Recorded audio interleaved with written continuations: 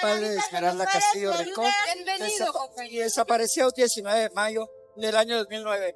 Mi nombre vale más.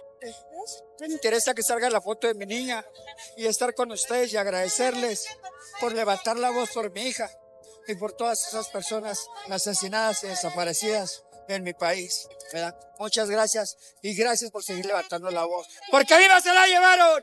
¡Viva la queremos! ¡Porque viva se la llevaron! ¡Viva la queremos! ¡Hasta la victoria, compañeras!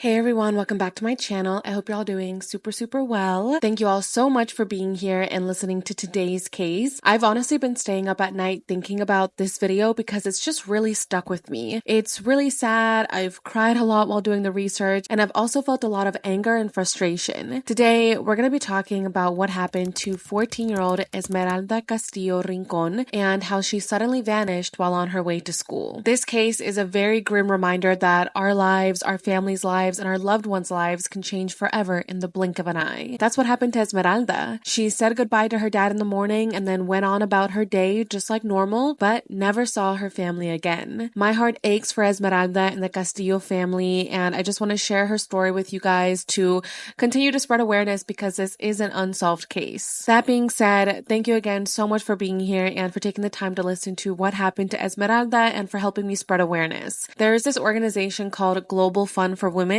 whose goal is to give funding and resources to feminist activists to drive gender equality around the world. They help support the hashtag Ni Una Menos movement, which I've mentioned on this channel many times before. It's a very important movement, and it's also very important to support these organizations, which is why I have made a donation to them on behalf of La Familia. All of their information will be linked down below, and before we get into the video, I do just want to take a quick moment to thank today's sponsor who support this channel and also help towards supporting these amazing organizations.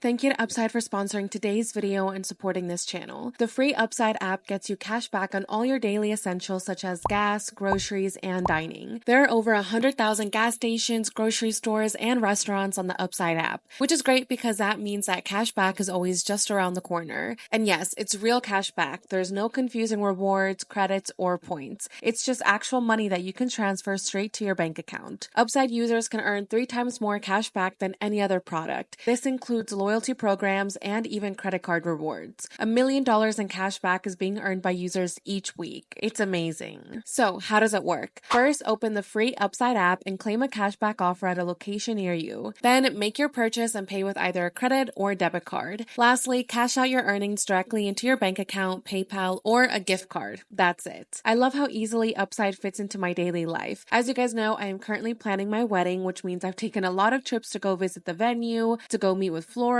and just like other vendors. So anytime I'm out doing wedding stuff, I check the Upside app before filling up my tank or stopping at a restaurant to eat. Top Upside earners are making as much as $300 a month. To find out how much you could earn, click the link in the description to download Upside and use code Jackie Flores to get an extra 25 cents back for every gallon on your first tank of gas. Or just scan the QR code to claim this offer. Thank you again to Upside for supporting this channel, and now let's jump right into the video. Esmeralda Castillo Rincón was born on January 28, 1995 in Ciudad Juarez, which is in Chihuahua, Mexico, to her parents Marta and José Luis. Her parents say that they chose to name her Esmeralda because her beauty shined to them right when she was born. José Luis said, quote, "All emerald stones are different, but they are all beautiful, so we decided to name her Esmeralda," end quote. She also had 2 older siblings, one brother named José Jr., and then a sister named Perla. Now, growing up, Esmeralda was a very smart girl and just very disciplined. She was always questioning things, looking for the meaning behind things, and she was just very observant of her surroundings. She had near perfect grades her whole life, which made her parents so proud because thanks to her academic excellence, she was actually able to attend, a pretty good school on a scholarship. And in turn, that helped ease the family's economic struggles because they honestly did not come from a lot of money. She loved playing chess and she was a city champion, and she was even going to participate in a state tournament. So she was just really good at chess, and this was something that she just enjoyed doing. She would actually often play chess by herself, and her family would ask her, why do you play by yourself? Like, you don't want to play with someone. And she would say that she enjoyed doing it by herself because she wanted to enrich her mind and just practice different strategies. She also liked to play basketball with her brother Jose Jr., and she played in the neighborhood a lot with the other kids where they would like bet sodas and chips and stuff like that. As for her future career, Esmeralda wanted to become a vet one day, and she wanted to help animals who were sick. She really loved all animals, and she always showed such empathy towards them. In particular, she really loved hamsters, and she actually had a few as pets. When her hamsters passed away, she cried and cried, and she begged her family to, make a funeral for them and to make them like a proper coffin and do like a proper burial and everything, which I think is such a cute thing. The fact that she wanted to make like a coffin for them and have like a whole ceremony for them is just really sweet. Jose Luis said that her daily routine was usually waking up at around 8 o'clock in the morning, having breakfast, changing into her school clothes, grabbing her school bag and her chessboard, and then heading off to school. When she would return home, which was usually at around 5 p.m., she always looked forward to a warmed cooked meal of her mom. She especially loved to eat mole with rice and tortillas, which seriously nothing beats that. Like, that is my favorite food as well. I love mole. It is so delicious, and it's even more delicious when it's made by someone you love. Then she would do her homework. She would go get some chocolate ice cream, which was her favorite. She would play chess either by herself or with someone else, and that was pretty much it. She was also really excited about turning 15 the following year so that she could have a quinceañera. And her family was also really excited about this. Her mom and dad said that even though they knew they couldn't give her like a big party and like this huge, dramatic thing, they would still give her something meaningful, and they were saving up money for that and, just getting ready to give Esmeralda the quinceañera that she deserved. Unfortunately, she never got to experience turning 15 because on Tuesday, May 19th, 2009, Esmeralda disappeared. That day, Esmeralda told her dad, Jose Luis, that she didn't want to go to school because she wanted to stay home and take care of him. Now, at this point, her dad had the flu and he was quite sick, so she just didn't feel comfortable leaving him alone. Jose Luis insisted that she needed to go to school because she had already missed a few days to take care of him, and he also said that he was beginning to feel better and that she just couldn't risk losing her academic scholarship by missing another day of school. Now, normally her mom and dad would go with her to school to drop her off and then pick her up, but at this point her dad was sick and then her mom was busy with work, so that meant that day Esmeralda would have to go alone. Now, this did make her nervous. I mean, she was 14 years old, so it did make her feel scared to go to school all by herself, and she was telling her dad this. She was like, you know what, I don't feel comfortable going by myself, like, why don't I just take the day off? But Jose Luis told her, it's 12 p.m. What could happen during the day? So again, her dad was sick, her mom was busy working, and then as for her siblings, they were already grown and had like their own lives. So at this time, it was basically just Esmeralda and her father at the house. Jose Luis was able to convince Esmeralda to go to school, so she said goodbye to her dad and then she walked out the front door. The journey to her school was quite long. She had to take one bus near her home to the city center in Juarez, and then from there she had to take a second bus that took her directly to the school. She was last seen at the crossing of Rafael Valverde Street and Vicente Guerrero Street at around 12:30 p.m. and 1 p.m. Later that day in the afternoon, Jose Luis got a phone call from Esmeralda's school saying that Esmeralda never made it to class that day. Of course, Jose Luis was shocked because he literally saw Esmeralda walk out the front doors, so if she never made it to school, where was she? She also hadn't called him to let him know why she missed school, so Jose Luis started to feel very nervous. The family went to report Esmeraldas missing, and this is when things started to go downhill for the Castillo family. When they reported her as missing, the police never released an ALBA alert, which is basically an Amber Alert for women in Mexico that prompts authorities to immediately begin searching for the missing women. Police were just not being in the slightest bit empathetic or helpful to the family. When Jose Luis asked if they could get more copies of the official missing person report, since they were only given 2 or 3 copies, and of course they wanted more to go spread around the city and pin it up and, hand out to people, police told them that no, that Esmeralda was his daughter and that if he wanted more flyers, he could go pay and print them himself. Which is just insane. Like, where is the empathy? Like, why are you a police officer if you're not going to have any type of empathy see or provide any type of support to these families. Authorities were just not taking Esmeralda's case seriously, and they were having very bad communication with the family and basically told them that they couldn't focus on Esmeralda's disappearance because they were really busy dealing with the drug cartels and with other serious crimes. They also told Esmeralda that she was probably just with her boyfriend or with a boy somewhere and just didn't want to come back home. Now, in regards to this, Esmeralda's mom was like, that is just ridiculous because first of all, Esmeralda didn't have a boyfriend. Second of all, if she actually was with a boyfriend or with just like a random boy, then why can't the police just come bring her to me? That way I can see Esmeralda and be like, okay, you're alive, you're with a boy, whatever. You can go back to him if you want, or you can come back with us, but at least now I will know that my daughter is alive. So she's like, the fact that they're just telling me, yeah, she's with a boyfriend, yet they won't go find her with that boyfriend and bring her to me because she is a minor is what made her very upset and just made her very angry because she just felt like it's always that excuse that they give to families, that someone ran away with a boy and like they just want to go live with the boy and not be with the family. If a family is telling you like, hey, she doesn't have a boyfriend and I don't think she would do something like this, I don't understand why the police just don't listen to the families. I mean, they know their loved one better than the police do. So if they're telling them like something bad happened, then they should listen to them. Now, another instance of the authorities' indifference was when Esmeralda's uncle, named Pedro, believed to have seen her in October in a flea market, holding hands with a young man that appeared to be around 25 years old. When her uncle reported this, they didn't visit the flea market to investigate until 4 years later, which of course was way too late to investigate because at this point, like any witnesses that were there were long gone. Esmeralda was long gone. Like it was just pointless to go investigate this 4 years later. It was honestly just too late, and they also didn't even ask Pedro for further information about what the man he saw looked like or what Esmeralda was wearing or anything. I just seriously cannot believe it took them 4 years to investigate a possible sighting. Also, in December, one of the family's neighbors claimed to have seen Esmeralda in a shoe store in the city center, near the last place where she was seen. She appeared to be with the shoe store owners, which were 2 young male adults. Again, authorities didn't go to the shoe store until 5 months later, and they didn't even interview the employees or the owners or anything. They honestly just went for the sake of like showing up and just being like,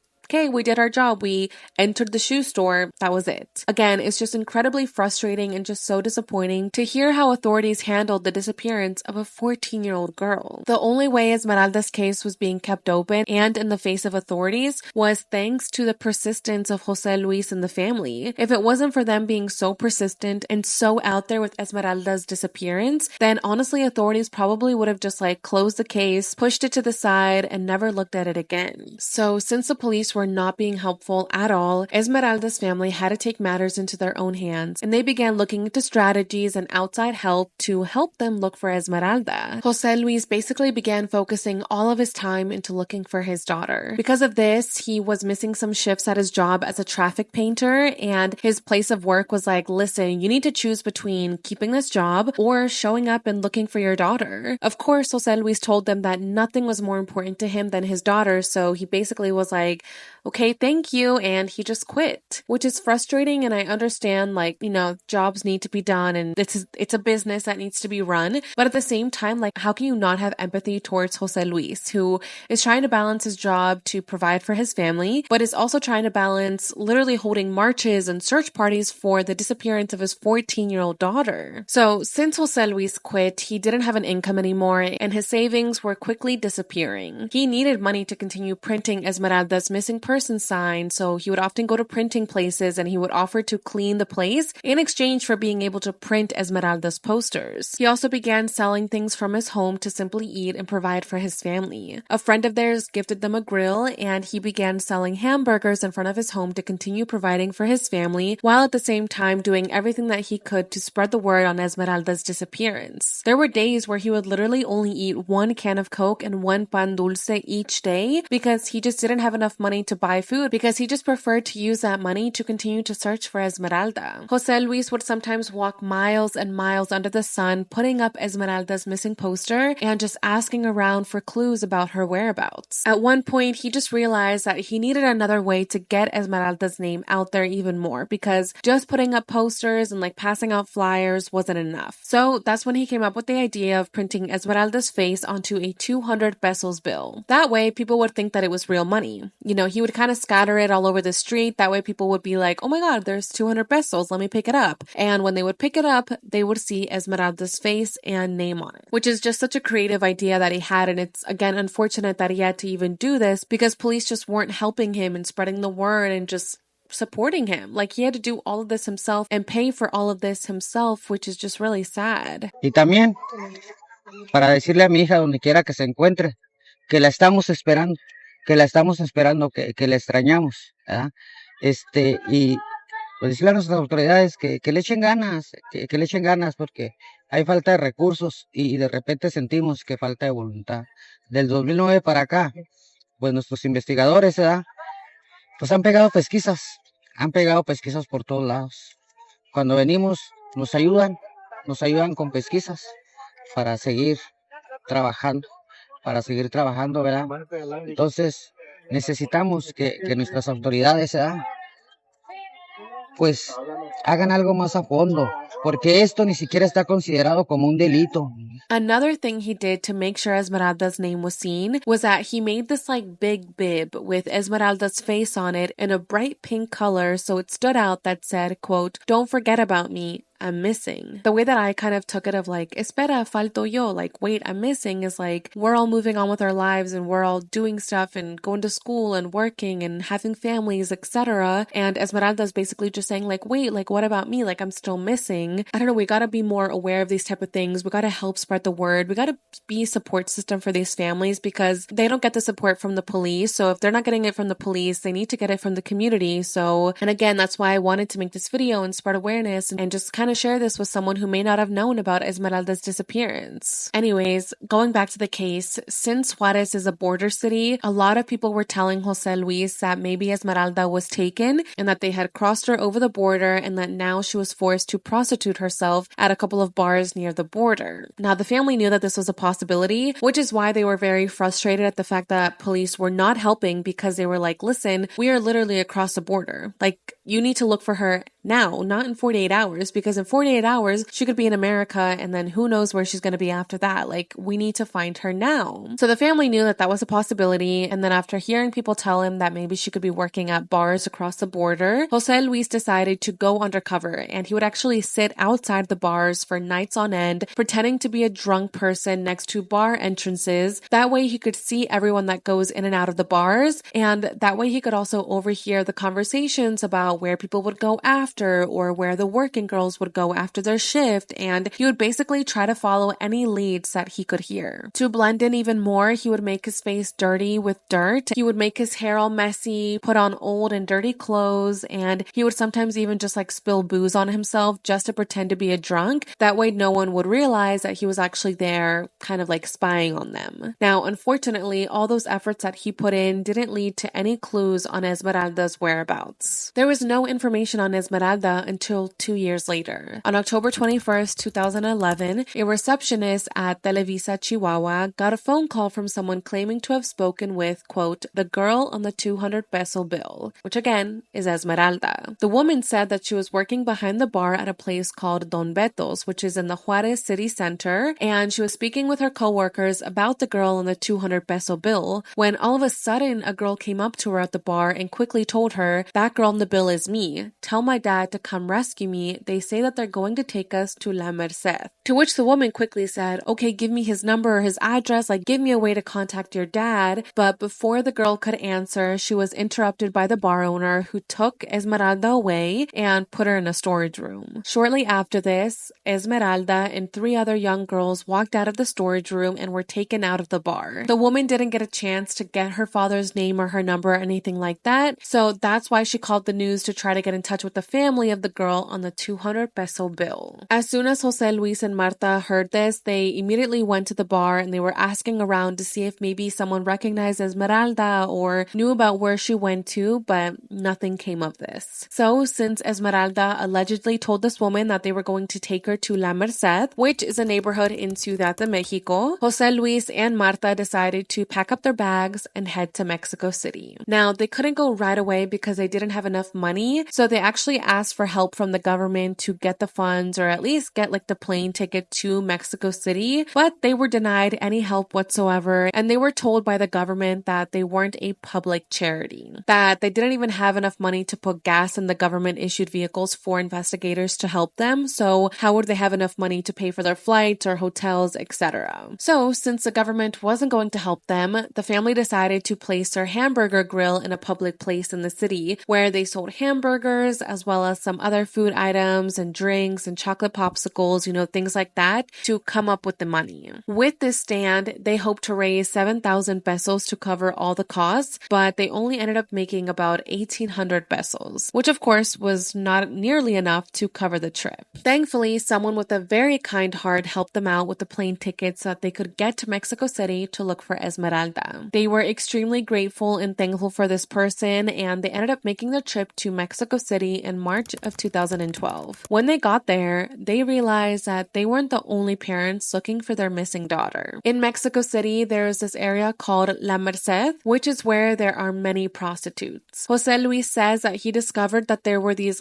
commercial spaces that in reality were spaces where girls from all around Mexico between 12 and 17 years old were forced to be inside to prostitute themselves. There were other parents literally there also looking for answers as to what happened to their loved one, and it just breaks my heart to think about Jose Luis and Marta arriving there and then realizing that this is just such a bigger issue than they ever imagined. And Jose Luis and Marta have both done interviews talking about this, about how they didn't know how serious this was and how so many people are dealing with the same thing that they're dealing with, and how the news and the government don't really talk about how big this problem is, about how so many daughters go missing and so many women are killed and just kidnapped, and how it's such a big problem. They're like, listen, the media doesn't report on this. The police obviously don't want people to know about this because they don't want people to fear the community. They don't want people to realize that things are corrupt and that sometimes the government officials are in on this and things like that. So just going there and running into these other families just really widened their eyes. So while they were in Mexico City, Jose Luis and Marta distributed the 200 peso bill all over the city, and while they were there, they actually caught the attention of a local news station, which got Esmeralda's name out there even more. Unfortunately, they spent 15 days in Mexico City, but they didn't find any clues on Esmeralda's whereabouts. Regardless, they were still very vocal about her disappearance and also about what was happening behind closed doors and what these girls were suffering not only in Mexico City, but also back in their hometown. When they got back home to Juarez, they attended the inauguration of a new unit called Crimes Against Women in Juarez, where they heard the governor at the time, Cesar Duarte, say that they invested 120 million pesos into this new unit and that they even built a brand new office for it. Now, this made Jose Luis very angry because not too long ago he went to ask them for help going to Mexico City to look for his daughter, but they were told that they didn't even have enough money to put gas in their cars. Yet now he's hearing that 120 million pesos were invested into this organization and that they were now making a new building with offices for this organization. He's like, yeah, that's great that they made the organization, but instead of actually using the money to help missing people, they're just using this money for their own building.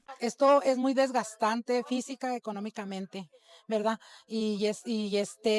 Tener que andarse uno moviendo para un lado, pegando pesquisas que nosotros las pegamos y las quitan, pero nosotros seguimos pegando, nosotros tenemos que seguir comprando las camisetas, las lonas, lo que nosotros tengamos que hacer, pues nosotros lo tenemos que comprar. Now, to this, Cesar Duarte told him that they would pay more attention to Esmeralda's case and also focus on finding her, and that they would send investigators to help them directly. Well, that didn't happen, and instead, 3 days later, on April 5th, 2012, Jose Luis and his son were arrested. According to Marta, that Thursday, 3 police officers arrived at their house, and the policeman asked Jose Luis and his son to go with them because they needed to sign some paperwork. Jose Luis thought that this had something to do with Esmeralda's case, so he went with them and with his son. When they arrived at the police station, they were told that they had an arrest warrant for a supposed robbery that happened in August of 2008 at a massage parlor. And massage parlor, I put it in quotes because it's technically one of those places where you pay to have sex with women. Now, the owner of this massage massage parlor, along with some other employees there, said that Jose Luis and his son entered the business armed and that they stole 10,000 pesos, they stole jewelry and cell phones, and that she recognized them as being these attackers because they were on the news talking about Esmeralda's disappearance, and that's when she made the connection, and that's why she's barely reporting it. So Jose Luis and his son were arrested for the robbery, as well as for apparently using a machine gun, which of course is illegal. Now, this came as a big shock to the family. First of all, Jose Luis and Marta were very confused about these accusations because the woman said that she recognized their son from the TV, but the family was like, no, we have not let Jose Luis Jr. go on TV or give any interviews or anything like that because we just don't want him to be in the public eye. So that was the first weird thing. And then secondly, they just of course never committed this crime. Like, Jose Luis and his son did not do this. It just did not make sense why they were being accused of this crime. They just kept telling police like, we didn't do this. And eventually another person was actually arrested for committing the robbery, and they testified saying that Jose Luis and his son had nothing to do with the robbery and that they were not even there. But this person was not arrested until later on. So Jose Luis and his son did end up going to jail for this. The family's lawyer, David Peña, said that if they were actually guilty of committing a crime, they would not be all over the media showing their faces and showing their names, etc. Like, they would be in hiding if they actually did something like this. He also added that this arrest was an act orchestrated from the state of Chihuahua in order to silence Jose Luis, who was speaking out about the inefficiency of local authorities. He was also being very vocal about what was happening behind closed doors and about how women are being kidnapped and forced into prostitution for the past 3 years since Esmeralda disappeared. The family was also attending marches for missing women in Juarez, and they had also filed formal complaints because authorities were just not doing their job. David Peña also added, quote, there is a whole series of actions to deactivate the mobilizations in Chihuahua related to femicides and disappearances, end quote. And that the arrest of Jose Luis and his son are part of this whole ulterior motive by the government. Carla Miquel Salas, another one of the Castillo's attorneys, said, quote, we cannot forget that the governor has shown repudiation to the work of activists and society that demands justice. This seems like a message that the state is not going to give justice to anyone who asks for it. It is also important to review where these accusations are coming from the owner of a massage parlor, one called Sirena and another called Roma, where prostitution is practiced. We must remember that women trafficking networks do not function without the complicity of the authorities, end quote. So yeah, the family and the attorneys were like, this is not true. Like, the massage parlor and all of that is working with the government to make up the story to get Jose Luis and his son behind bars as a way to intimidate him to stop talking about Esmeralda's disappearance, as a way to get him to stop talking about what's actually going on in Chihuahua. So it was just a lot. And like I said, they didn't actually do this. And thankfully they were let free in December of 2012, but again, they did have to serve 8 months in prison. After their release, the family didn't give up and they continued being vocal about Esmeralda's disappearance, and they continued searching for her, but they still had no new clues about her whereabouts. That was until 2013. In May of 2013, Esmeralda's mom, Marta, got a text message from supposedly Esmeralda asking for help because she was being forced to prostitute herself, but that she didn't know what city she was in and that she needed her dad to come save her. It was later discovered that this message was sent from Los Angeles, California. In the message, she also said that she gave birth to a child that was taken from her right after she gave birth, and that she was working with other girls who disappeared from Juarez as well. Apparently, one of the girls that she was working with was Nancy Navarro Munoz, who disappeared in 2012 after going to the city of Juarez to look for a job. Marta told police about this text message, but again, nothing was done and it really changed nothing. That same year, authorities found human remains in the Juarez Desert, which is about 90 kilometers from the U.S. border. The area in which the remains were found is known for being kind of like a cemetery because from 2008 to 2013, there were human remains scattered there belonging to 24 women. Now, apparently, they found a 10-centimeter tibia bone fragment belonging to Esmeralda among 136 other bones. But Out of all those 136 bones, only one belonged to Esmeralda. But the crazy thing is that they didn't tell the Castillo family about this until 2 years later. Yeah, they apparently found the bone in 2013, and they didn't inform Esmeralda's family until January of 2015. And when they did, they didn't even show the family any type of like autopsy report or like analysis or anything like that. They were basically just like, yeah, here's Esmeralda's tibia, like, she's dead. What's crazier is that 3 days before they were notified, Marta had attended kind of like a town hall style meeting with other family members who are missing loved ones. And that's when she was told that there were absolutely no new updates in Esmeralda's case, and that basically the case is kind of like in a standstill. However, then 3 days later, they were notified that Esmeralda's bone had been found 2 years earlier. So Marta was like, what the heck? They were literally sitting on this information for 2 years and then lied to my face saying that there were no new updates. According to the Juarez Medical Examiner's office, they told Jose Luis, quote, "We already know how you are. You're an activist and you would have gone straight to the media. That's why we didn't want to tell you."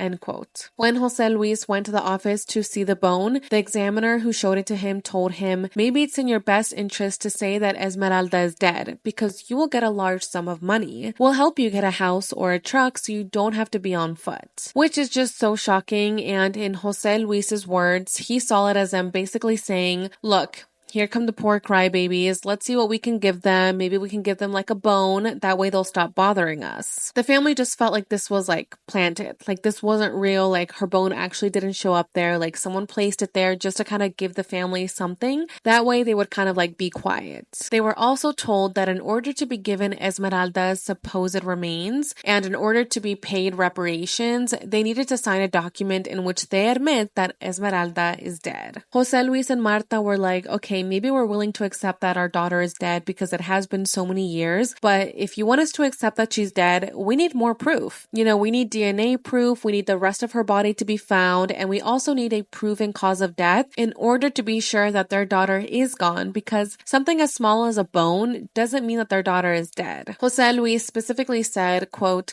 "I have hope and I have faith in God that we will find her. They gave us the remains of a tibia that supposedly belongs to Esmeralda, but that only makes me think that my daughter may be missing a leg, but not dead." End quote. Now, they did conduct DNA testing, but Jose Luis doesn't really trust it because they were turned in with irregularities, and when asked if they could do another DNA test themselves, they were told that they couldn't do any more DNA testing on the bone fragment because the bone was very small, and that with each test, the bone will pulverize more and more until there was nothing left. To this, Jose Luis said, quote, "I don't care if my daughter is missing a foot. The important thing is that she is alive and I am hopeful. I will keep looking for my daughter even under every rock. Who's to tell me that they didn't just cut off one of her legs to scare the other girls?" End quote. He said that he has seen so many people with one leg on either crutches or in a wheelchair, so a missing leg isn't an indicator of death. I totally understand his perspective on this. Like, yeah, just because they found like a tiny little bone, what does that really mean? That doesn't mean that she's dead. Why did it end up there? Why didn't any more of her bones end up in that spot? Like,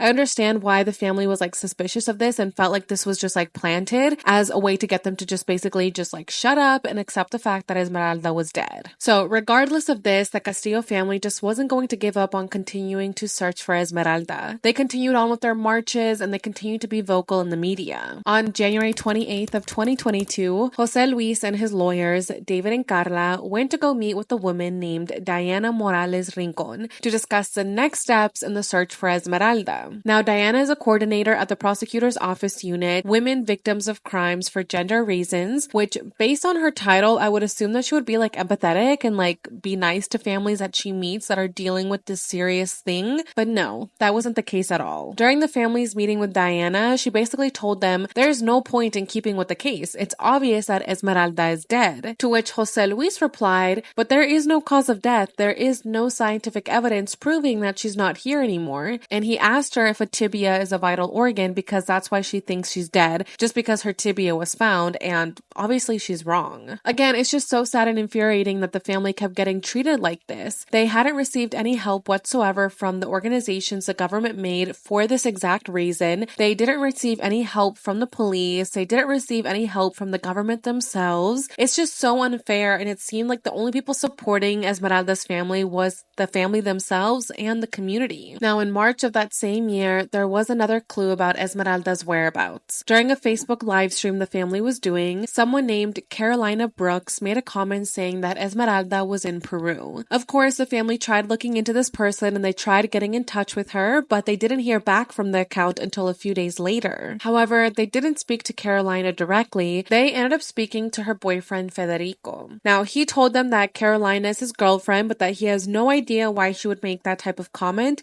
and said that he would talk to her and then get back to them. But that never happened. Jose Luis waited and waited for word back from him, but received nothing. Yet again, it was another dead end. To this, Jose Luis says that something in his heart just told him that this was a lie, and it's unfortunate that this person commented that because it got the family's hopes up once again, and then after realizing that this was probably just like a lie, it just made them lose all their hope again, and also it just broke their heart. Like, who plays with something like that? Like, why would you comment that if it's not true? So, 2 months later, on May 13th of 2022, marked 13 years since Esmeralda disappeared. 13 years, you guys. Like, that's insane. Members of feminist organizations put up photos of Esmeralda's possible current appearance all around the city that an organization called Missing Angels created. The following day, there was a 13-hour march outside to the governor's palace to represent 1 hour for each year that Esmeralda has been away from home. When Jose Luis approached the entrance of the governor's palace so that he could go inside and meet with the governor, Maria Eugenia Campos, Jose Luis was told that he couldn't enter the building because he was wearing the bib and he was also holding a sign. They were like, no, that's not permitted. You need to take the bib off. You need to remove the sign. And Jose Luis and the others in the march were like, there is no such thing as a dress code to enter the building. And they were trying to fight back on this, but they still were denied. So Jose Luis was like, I mean, whatever, I want to get in there. So he gave his sign to someone and he also took off his bib and held it in his hands instead and said that now he should be able to be let in because he doesn't have it on anymore. People around him were supporting him and defending him, saying that it's not fair that he's being denied access into a public government building simply for wearing his daughter's face on his bib,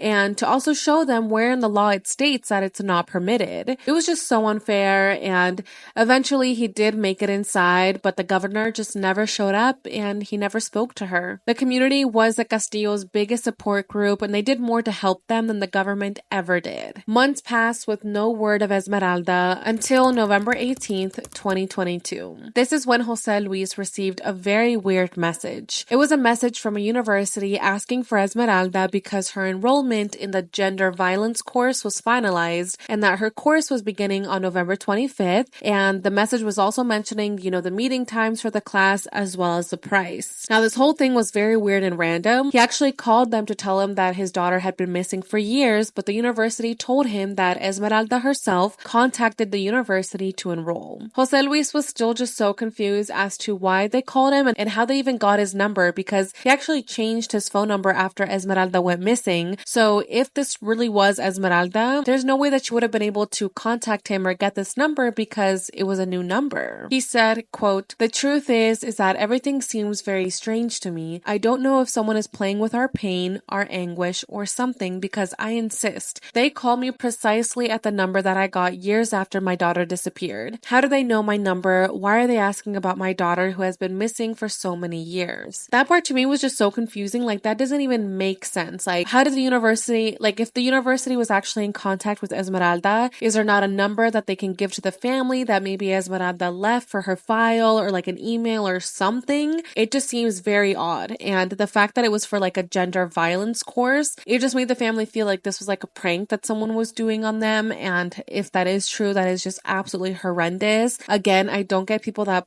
pull pranks and lie to families that are in this type of situation. Like, why are you kicking someone that's already down? I mean, that's exactly how Jose Luis was feeling. He was like, listen, these people are instilling me with false hope. They're giving me false leads, but no matter what, I'm not giving up. Honestly, Jose Luis is just so admirable, and he truly is a superhero. Unfortunately, the hits to Jose Luis's heart just kept coming. In December of 2023, Jose Luis learned that his daughter's name was removed from the National Missing Persons List. The missing person census was updated, and the number on the list went from 110,964 missing persons all the way down to only 12,377. So, how did they get all the way down to that number? Well, apparently they found 16,681 people. They located 17,843 people, meaning that there was some movement in their case in some administrative manner, either through a COVID vaccination record or something else, and other public records, but they were still not like found. There was just like movement in the case, if that makes sense. And then 26,090 people were removed because there wasn't enough information to continue their search. 36,022 people were removed due to not having an address that permits authorities to move forward with their case. And then finally, 1,951 people were removed from the list who were apparently duplicates in the system. This was the explanation given by the National Search Person Strategy Commission, and in response to this, Jose Luis and the whole family were extremely upset. They were like, "Are you serious? Like, my daughter is now missing twice. Like, she was removed from the list even though no one has located her, no one has found her, and no one has spoken to her." Jose Luis specifically said, quote, "My daughter's name was erased from the new missing person census. I am very sad. My daughter has disappeared 2 times. This means that today, no authority is looking for her, despite her unknown whereabouts." End quote. Activists accused the president, Andrés Manuel López Obrador, of masking the true number of missing persons to help his party during the electoral period. When Jose Luis questioned this, he was told that Esmeralda was in fact not missing anymore. That yes, she hadn't been found yet, but that she wasn't missing. Apparently, Esmeralda's name appeared in the COVID-19 vaccine registrations years ago. Which to this, Jose Luis was like, that doesn't mean anything because so many people can have the same name in this country, and just because her name popped up doesn't mean that's actually her. So he was just feeling very frustrated. He's like, literally no one is looking for my daughter. She's not even on the missing persons list anymore. Like, this is so unfair and just so heartbreaking. He was like, I mean, people on the missing persons list aren't even looked at properly. So now that Esmeralda's name isn't even there, she's basically just gonna vanish into thin air. Jose Luis just kept being vocal about this, and he just kept looking for Esmeralda no matter what and just continued to spread her name. In March of 2024, so just a few weeks ago, Esmeralda's name suddenly appeared on the missing person list again, and Jose Luis was actually the one to realize this himself. No one contacted him to tell him like, hey, we put your daughter back on the list, like, we're sorry for making this mistake, or like, hey, we found that other Esmeralda, like, yeah, it wasn't her. Nothing. Like, no one contacted him to tell him that she was back on the list. Jose Luis said, quote, "Fortunately, and thanking all the people of Mexico who have helped us to continue exerting pressure, she is back on the list, but now we will demand that they truly search for her." Unfortunately, this is all the information as of now on Esmeralda's case. Jose Luis has made it clear that he will never give up looking for his little girl, and that he will continue to be present in marches, he will continue to put up missing posters, he will continue spreading the 200 pesos bill around, continue pressuring the government, and he won't stop until he gets answers. This hasn't been easy for the family. They have actually received a handful of threats from people telling him to stop looking at the case. Jose Luis has been threatened,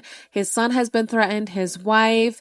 I mean, they were even telling him, like, if you don't stop looking into this, you're just gonna end up like Marisela. And if you guys aren't familiar with Marisela Escobedo, that case is just something else. That one also makes me really emotional, but I recommend that you guys look it up after this video. Basically, Marisela was killed because she was looking for her missing daughter. So the fact that Jose Luis was getting those threats and saying like, you're gonna end up just like her, it's truly frightening. Like, it did scare him and it scared his family, but he was like, listen, if they take my life because I'm looking for my daughter, then that's on them. Like, I'm not gonna stop looking for answers just because of this. The family had just been through so much. I mean, they were dealing with Esmeralda's disappearance. They were dealing with these threats. Jose Luis and his son had been incarcerated for a crime that they didn't commit. They basically had to sell most of their belongings to be able to continue to buy food and also pay for the searches. And Marta had even battled cancer during the early stages of Esmeralda's disappearance. So it was just a lot. And on top of all of that, they were also facing the fact that the government just didn't care and were not helping them at all. Para que las autoridades hagan su trabajo por lo que se les paga, ¿verdad?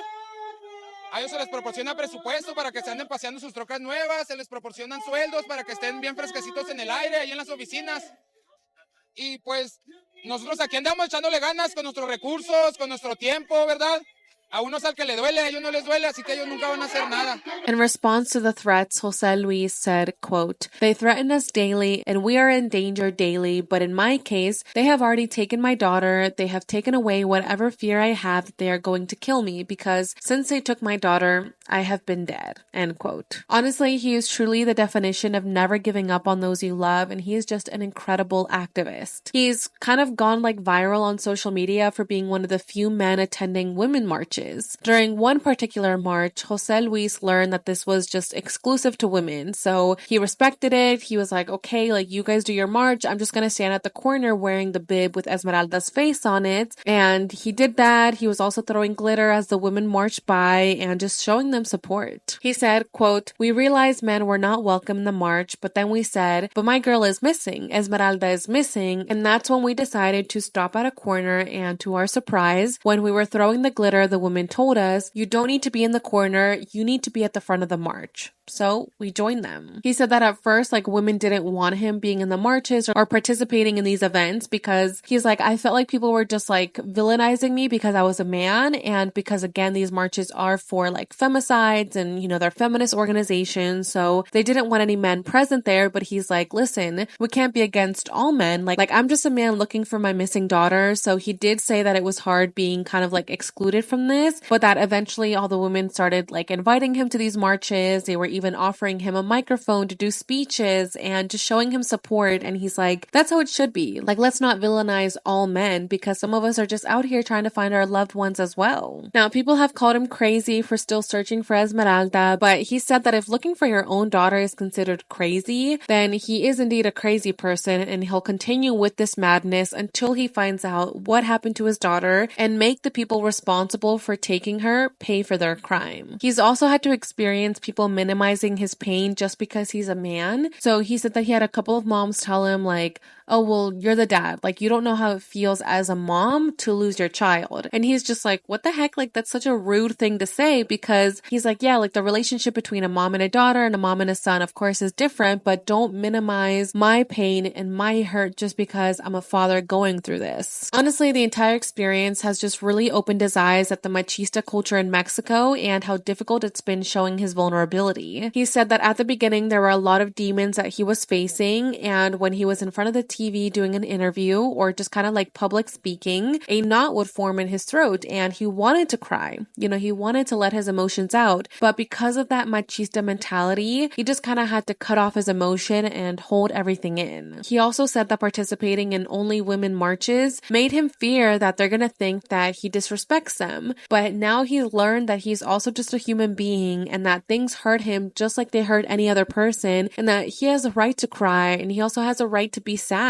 He's just made it clear that he won't be silenced by the machista mentality. Every year on Esmeralda's birthday, Jose Luis and Marta have a big cake cutting ceremony where they give out slices of cake to the community, and they also sing happy birthday to Esmeralda in the same street where she was last seen. Marta said, quote, "This was where my daughter supposedly disappeared. That's why we come here every year to celebrate her birthday so that people don't forget Esmeralda. We always tell girls and young women that they have to take care of themselves, because this remains the same. Girls and young women continue to disappear and women continue to be killed. This is not over." The family also began this race that they call the Esmeraldathon, kind of like a play on marathon, where each year on her birthday, a race begins at the last spot where she was seen, and it's basically a way to keep Esmeralda's story alive and to continue to spread awareness on human trafficking. Throughout the race route, photos of her are printed, and at the very end of the race, the runners are given a slice of cake and prizes are given out, and everyone just kind of gathers there and remembers Esmeralda. This year, Esmeralda would have been 29 years old. It's been 15 years since her family last saw her, but they won't stop looking for her until they stop breathing. It's just so sad to think how Jose Luis told her the day she disappeared, like, oh, it's 12 p.m. in the afternoon, like what could happen to you? Because sometimes we just think that just because it's daytime, nothing bad can happen, but that's not the case. He actually was talking about how the statistics in Chihuahua state that women are most vulnerable between 12 and 5 p.m. That's when the most crime happens, and that he truly thought like, oh, crime happens at night. It happens to people who are like,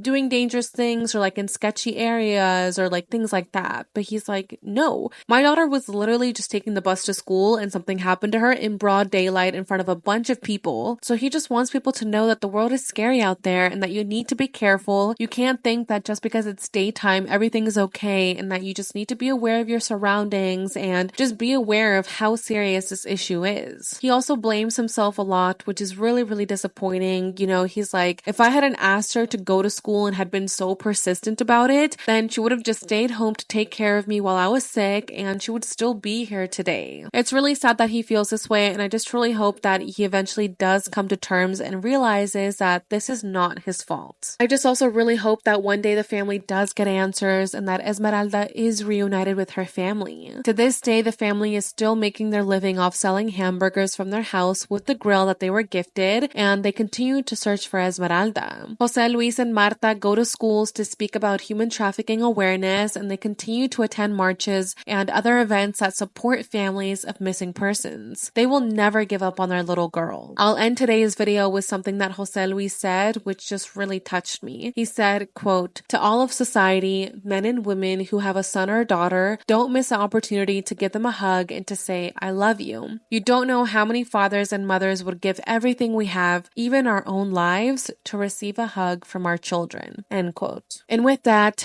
that is all I have for today's video. If there are ever any updates in this case, I will be sure to let you guys know through either a pinned comment or through a case update video. If you know anything about what happened to Esmeralda, please send an email to the account on the screen, or you can also visit this Facebook page or the official Facebook page for Esmeralda, which all will be linked down below. You can also contact these numbers on the screen with any information. I was trying to find a GoFundMe or, somewhere that we could show support and donate to help Esmeralda's family, but I wasn't able to find anything. If I do eventually find something, I will let you guys know. But in the meantime, I encourage everyone to learn more about Nuestras Hijas de Regreso a Casa, which is an organization that spreads awareness on missing and murdered women in Chihuahua. They help families organize marches, they help organize news interviews, they print out flyers, and they just offer their support to families going through this nightmare. I will link their information down below, as well as a Facebook page for Missing Angels, which is an organization that helps Esmeralda's family, and they also bring awareness to missing people. So it's just very important that people are aware of these amazing organizations. I know this case was just a lot. It's just so heartbreaking, and it's just exhausting, like hearing this over and over again, and just hearing how authorities don't help, how the government doesn't care, how so many things are corrupt, and God, it just makes me so angry, and I just wish that there was more that we could do. But anyways, thank you guys so much for being here and for taking the time to listen to what happened to Esmeralda. I would definitely love to know your thoughts about this down below, and yeah, I will see you all in the next video. Bye everyone.